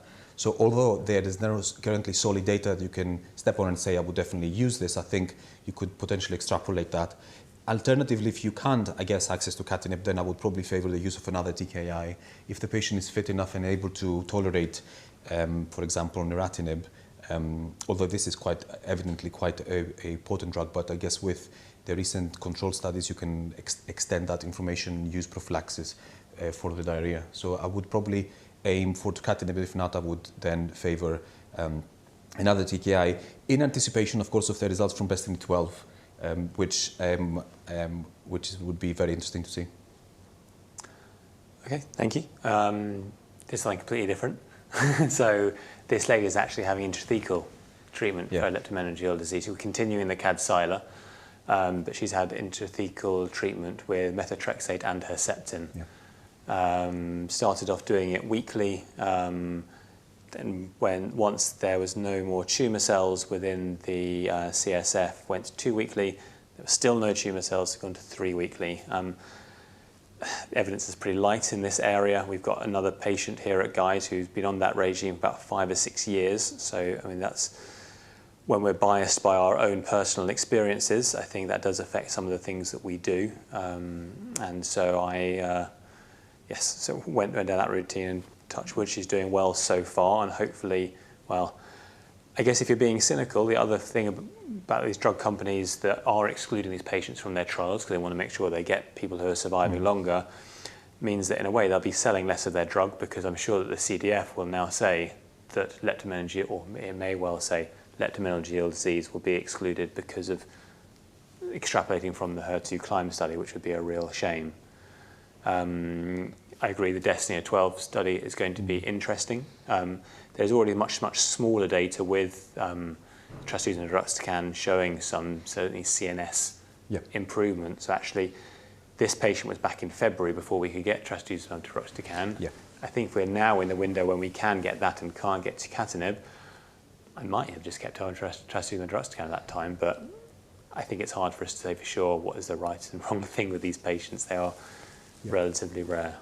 I think there was a small number of patients in Breast01, but at the same time they had a similar response rate to the rest of the patients in the brain disease. So it's a really good drug to think about, and probably we'll hopefully see some good results from Destiny 12. But I think intrathecal therapy for patients with leptomeningeal diseases is the only option we have if they're fit enough to undergo this, and it's an absolutely reasonable approach. And it's, as you know, the question is, do you follow the original combination of cytotoxic chemotherapy? Yes, but we know there were case reports of patients eventually stepping down to just intrathecal Herceptin because it's more tolerable, and they have tolerated and done well, but it's a difficult population of patients to treat. It's going to be difficult to get a randomized controlled study with 500 people in each Exactly, and to monitor the response as well, it's more or less, as you say, it's only usually through the CSF rather than imaging. So I think a lot of you were asked for some case studies. You may well have ones that are to hand that you didn't send in beforehand, which we may have time for in a minute. But the one case that we did have come in was from our colleagues in Surrey. So Doctors De Palma, Paxad and Panagiotis. I'm not sure if any of you are online who want to ask the question yourself?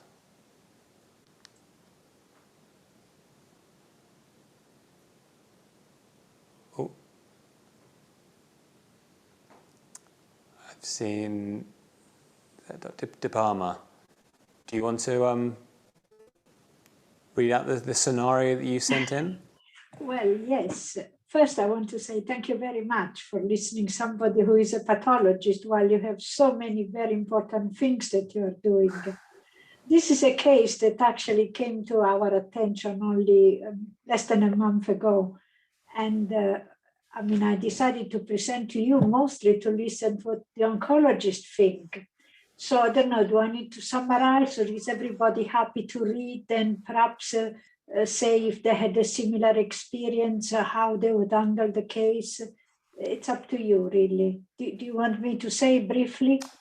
Well, why don't you read through the case that you've kindly set in? Thank you. But this was a 63-year-old woman. She had a biopsy, which we reported as an invasive ductal carcinoma grade 2. It was tested for the RNPR, which was positive. The HER2 was equivocal. When I say equivocal, I really mean equivocal, the 1+, but my colleague was very precise and decided to do an inside hybridization, which was negative. There was no gene amplification, so the case was reported as negative. Then our local surgeon, Mr. Paxad, decided to do what you call an upfront sentinel node biopsy. In the one lymph node, there was a macrometastasis, which I decided to test. Don't ask me why. It is because I'm slightly an obsessive type of pathologist. I decided to retest for ER, PR, and HER2. To my surprise, the HER2 came positive. I went back to the biopsy, I re-looked at it. I looked at inside of it, it was definitely negative. Mine was unequivocally positive.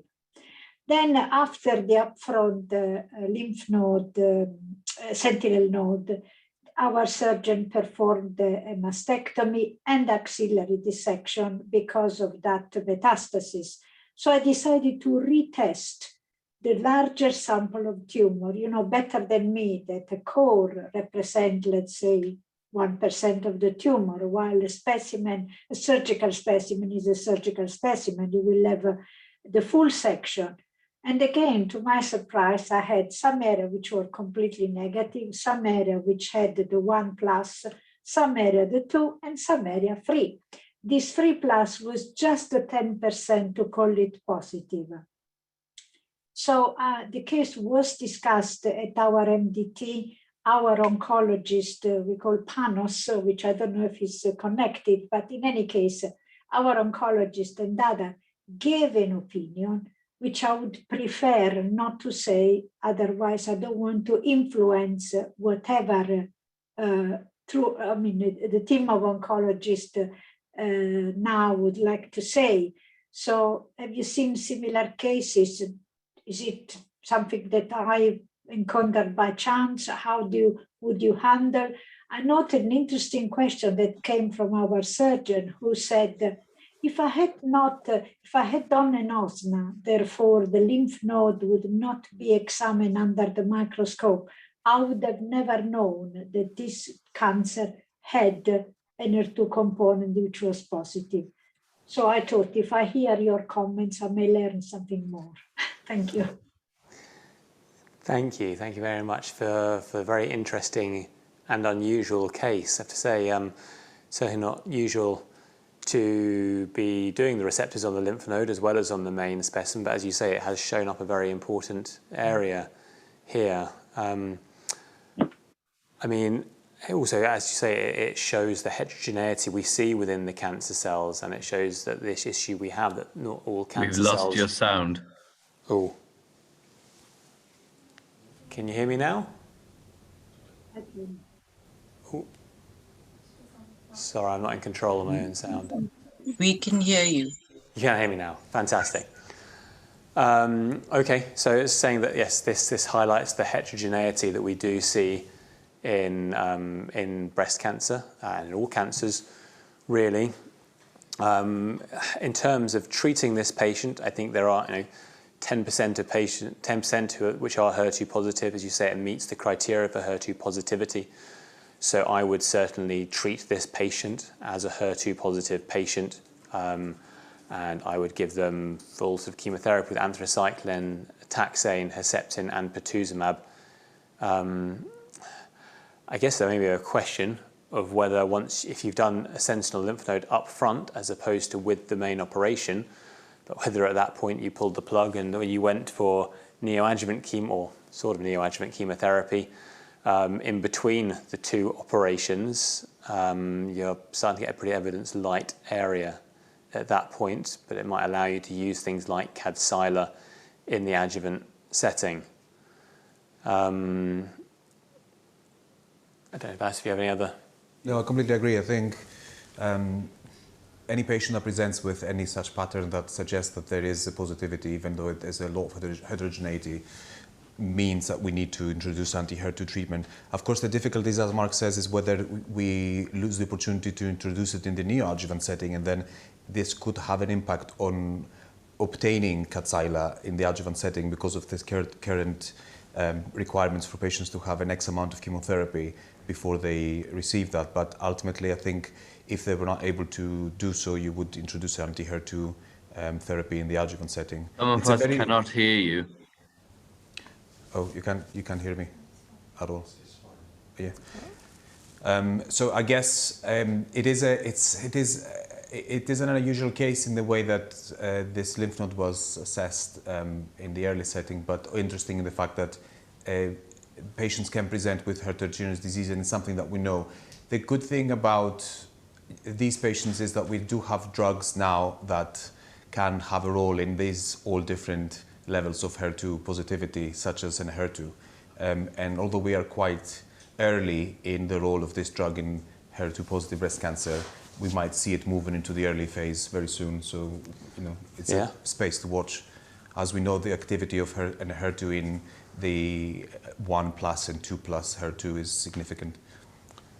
So just in case we haven't mentioned enough Destiny studies today, Destiny-04 is a study which has recruited. We're waiting for the results of sort of the phase 2 study with what's now potentially going to be called a HER2 low population, which is patients who are sort of 1+ or 2+ and FISH negative. And then there's also the randomized study Destiny-06, which is the same subgroup of patients, which I don't think is recruiting in the UK yet, but it is in setup. Certainly we're setting it up here at Guy's. So we may well stop just thinking of this dichotomy of this binary HER2 positive and negative and looking at this new subgroup of HER2 low. This definition will be defining that, but we need to show first, I suppose, that there is something we can do with that data if we're going to ask all our pathologists to start now reporting what is HER2 low as opposed to what is HER2 negative and what is HER2 positive. Thank you very much for raising this point, which was the reason of concern. I didn't want to bring to this group of people who, as I said, you have already a difficult job to do. there is this, the concept of the low HER2. And if you think that for us, one day we had a dogma, which was, it can be negative, but if it is inside hybridization amplified, then you can call positive, or you had the 3+, you have the amplified one. It's so, such a change to consider that we have an intermediate category, and then the number of cases from, let's say, the 15% that you mentioned can become much higher, because we do see lots of 1+, we see the 2+, we see that sort of a minimal level of expression. That worries me a lot, because I don't know what will be for us. I understand our country has not yet incorporated that information that is published, and I don't know what will happen, but I'm pleased to hear, and thank you very much. It's a learning opportunity for me. I'm pleased to hear there are already trials on the low expression, HER2 expression. It's incredible. Yeah, absolutely. You oncologists have to face, and we pathologists have to face, the information that you need. Okay, thank you. I see there are some questions going on the side there. Certainly a comment of someone suggesting that maybe this patient would have had neoadjuvant chemotherapy first anyway if they were thought to be node positive. I guess that's difficult if you're only finding out about the HER2 status at that point. She was ER and PR positive and postmenopausal, I presume she was 63, and we know that from, the name of the study's gone out of my head, but from the RxPonder data, that for some of these patients actually can get away without chemotherapy at all, which may have been part of the reason for continuing on to do the surgery first if we weren't sure about the HER2 status. And there's also mention there about ASCO guidelines recommending repeat HER2 testing in grade 3 tumours that are HER2 negative on the definitive specimen. Okay. We tend to, when it's a grade 3, we tend to, not in every case. But yeah, I mean, I guess if it's something sort of HER2 0 in the first one. You may be aware that the ASCO 2018 have never been actually accepted in these countries. All that dilemma to subdivide inside of hybridization pattern, etc., has not been accepted. So we will continue with the 2015 guidelines with our criteria for positivity or negativity. Yeah. If I'm not taking too much of your space, could I ask another question, or better not? If you say no, I will accept. No, you go ahead. No one else has put another case into the chat, so go ahead. Well, the question which I don't understand as a pathologist, by definition, I've tried to express as a question, I'm terrible when I write. 10% of the cell need to be positive to call the case positive. So you oncologists read the report and say this is HER2 positive. It may be that 90% are negative, 10% are positive. Could that justify the fact that you have so many variable results, or what? I mean, what does it mean for you? That is it something that helps you or creates even more difficult for you when managing patients? I guess there's always going to be some heterogeneity, and you've got to have a cutoff as somewhere. And I think that's why the 10% has been picked. I must confess I don't know if that comes directly from a study that showed that HER2 positive agents or HER2 directed agents were beneficial for those who had more than 10% and not for those less than 10%. I don't know if that data is out there. But I suppose for all of our studies, such as PDL1 status, whatever we're doing, we have to have a cutoff of somewhere.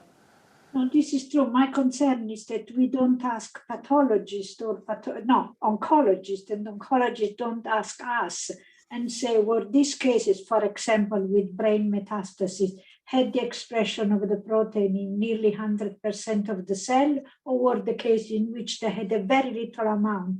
Because you use the word positive, negative. What does it mean? Last question, promise. Yeah, I mean, I guess whilst there is some nuance in there, at the moment we don't have a clinical meaning for that nuance. We we either give HER2-directed treatment or we don't. So we have quite a binary response to whatever the results our pathologists are giving us. And therefore, we ask for quite a binary answer from our pathologist, because otherwise we know what to do even less. So I think just for trying to keep things as simple as we can do at the moment, we need that fairly binary result. But I think if these studies with trastuzumab deruxtecan do show to be positive, then we are going to move into a much more nuanced area. Yeah. But thank you very much. I've learned a lot from all of you. I've tried to learn. I said, if I learn what they want, I can provide it. If I don't, that's a problem, but I've tried. Thank you for your question. Just to add to something that Mark mentioned earlier as well is the results of HER2 on the HER2 low population kind of has inflicted a lot of interest in that category of patients, because obviously it can change the way that we deal with these patients. And there have been studies in the past that they looked at the effect of trastuzumab on the HER2 1+ and 2+. And that is the base of using 3+ as a rationale. And I think, especially now with HER2, it's interesting because this drug is so sensitive and so effective that's why I think we see it working better on these populations that express a very low level of HER2. But this was indeed based on results from looking at the effect of trastuzumab of this population of patients and having a cutoff. So I guess the difficulty is when the patient presents like this, that has multiple areas of 1, 2, and 3+. But as long as there is some expression that will show a benefit, I think, and we all know how HER2 drives this disease, I think we would all be including anti-HER2 therapy. Yes, you're very right. We have learned a lot at the time when we were using the HER-7 test, which was a polyclonal antibody, so it would stain everything. We had lots of false positive cases, because they were cold-free, were not free. So those patients would have been treated with the result that have been looked as 2+ or even 1+ and still treated. So there has been a learning, which you oncologists know better than me. Okay, well, thank you. All right, so I guess sticking on have we got any other sort of questions or cases from the audience? Okay, I might just bring up a patient who came up in an MDT recently then, who was, I think, a lady in her sort of 50s or 60s, who had originally been diagnosed with localized ER-positive, HER2-negative disease, had all the appropriate surgery and systemic treatment, but then developed metastatic disease with bone metastases, had a biopsy from the bone, was found to be HER2 positive, and so is treated with a taxane, Herceptin, and Purtuzumab, and responded in the bones, but then along the way developed a liver metastasis. They had a biopsy of the liver, now ER-positive, HER2-negative. I'm throwing this at Vaz with no preparation.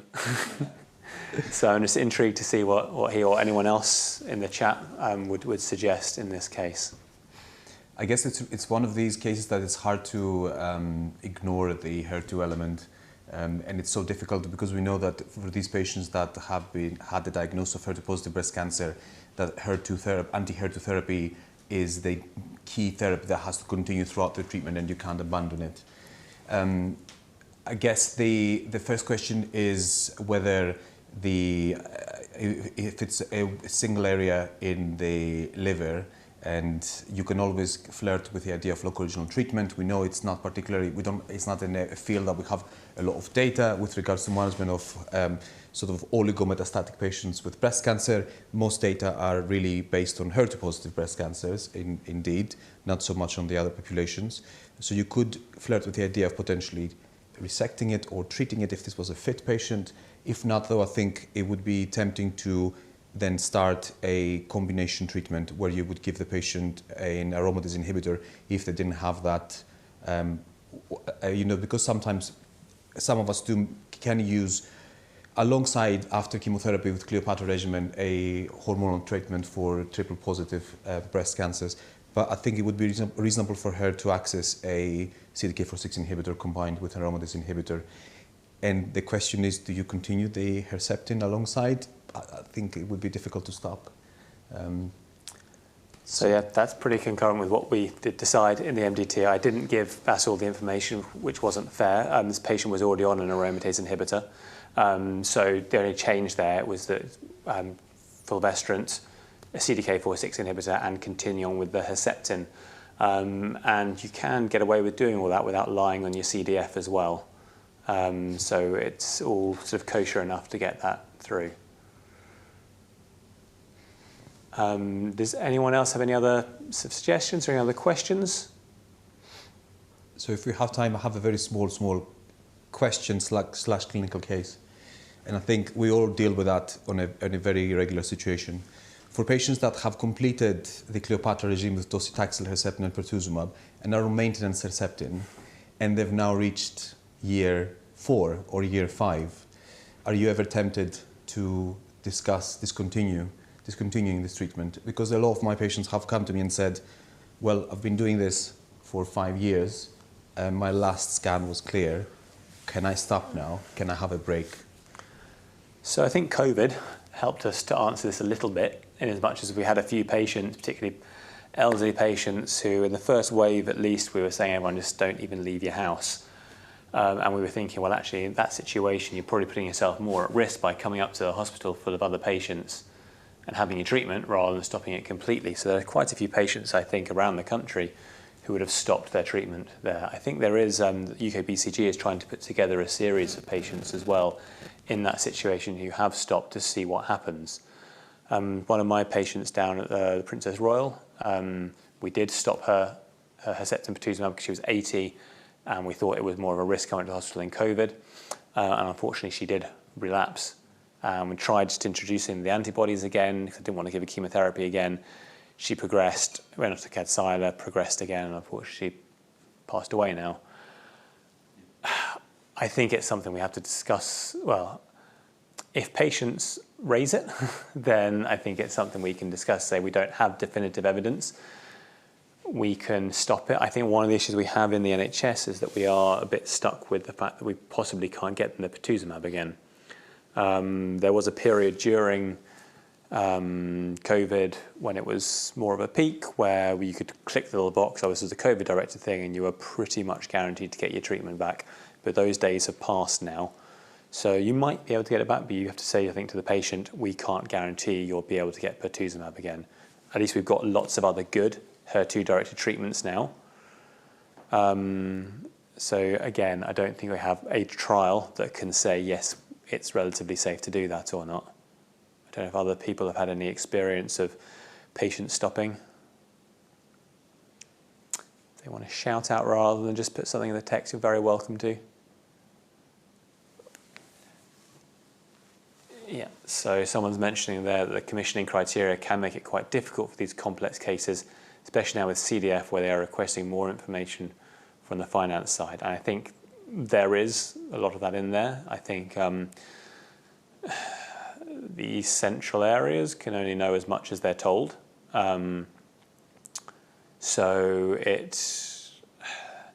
I think if you've got a good pharmacist who wants to do the best thing for your patient, I think you often can be truthful enough that you can get your CDF through. I think I had someone explain to you, you should only put onto a CDF what you'd feel happy your medical director seeing over your shoulder as you fill it in. So you can be a little bit economical with the truth, but obviously not frankly lying. But I agree that we do have these things, which is really frustrating when you say to patients, especially when you think something like that, stopping the Herceptin Purtuzumab for a while in these patients could actually save the NHS tens, if not hundreds of thousands of pounds if they allowed us to reintroduce it later. So it does seem a real shame that we can't do that. And finally, there's a question there. Sorry, I did not understand the explanation of de-escalation of treatment in a node-positive, HER2-positive patient. Don't know the size. I think that may be relating back to the case study that we had here. I think the issue was at the beginning they weren't thought to be HER2 positive, not until they had the lymph node removed. I don't have the size of the cancer, but certainly for node positive, ER positive, HER2 negative cancers, well, it's only through studies at the moment, unless your trust has a sort of an agreement with Genomic Health to get or Exact Sciences now rather, to get oncotype testing. But you can sort of reduce that, and there are also studies now, such as the Optima study, which allows for up to 9 lymph nodes, where ER positive, HER2 negative patients can potentially avoid chemotherapy. So I would imagine, not having been involved in that previous case, that they didn't have neoadjuvant chemotherapy because they weren't known to be both node positive and HER2 positive at the start. All right. Well, I think in that case, one last one, I promise, then we'll go. HER2 positive breast cancer with resected liver mets and no other disease, how long would you continue HER2 targeted treatment? Honest answer, I don't know. I would probably just continue going until progression, if I'm honest, just because I don't have any other evidence to tell me otherwise. No, exactly. We do not have any. There's a lot of oligometastatic management on lung cancer, some of which has been extrapolated for patients with breast cancer. But we would continue, as long as there's no toxicities with, associated, and there's no cardiotoxicity, you would carry on with the backbone, at least, if the patient had Herceptin and Purtuzumab or Herceptin on its own, and our patient had been for, yeah. So it's difficult to tell. There's no actual data. So there is going to be a trial that's going to be started at Dana-Farber Institute, the US, called Stop HER2, and I think they're planning to basically stop treatment after 3 years to see what the outcomes would be. But at the moment, there's no actual data, only some case series of that coming out of COVID, as Mark mentioned. I suppose there's no evidence for stopping in that particular case, but if they've been on it for 12 years, I'd imagine they're on Herceptin alone without the Purtuzumab, which means at least then you don't have the worry about the CDF form. You could just restart the Herceptin at a later date. Whether it will be effective or not, we don't have any study data to tell us at present. So I think that the safest thing is to continue on in the absence of any evidence that says it's safe to stop. Well, I guess what you can use is what we call nowadays shared decision making, and you can have a discussion with the patient and explain that and have a more rational approach. If they insist for any particular reason that affects their quality of life, then I guess it's something you have to take into consideration. Okay, great. Well, thank you. Some good questions coming in at the end there. So that just brings me to say thank you to our talkers, Ian, who's left us to put the kids to bed, Vas and myself and the team have helped us put this on here.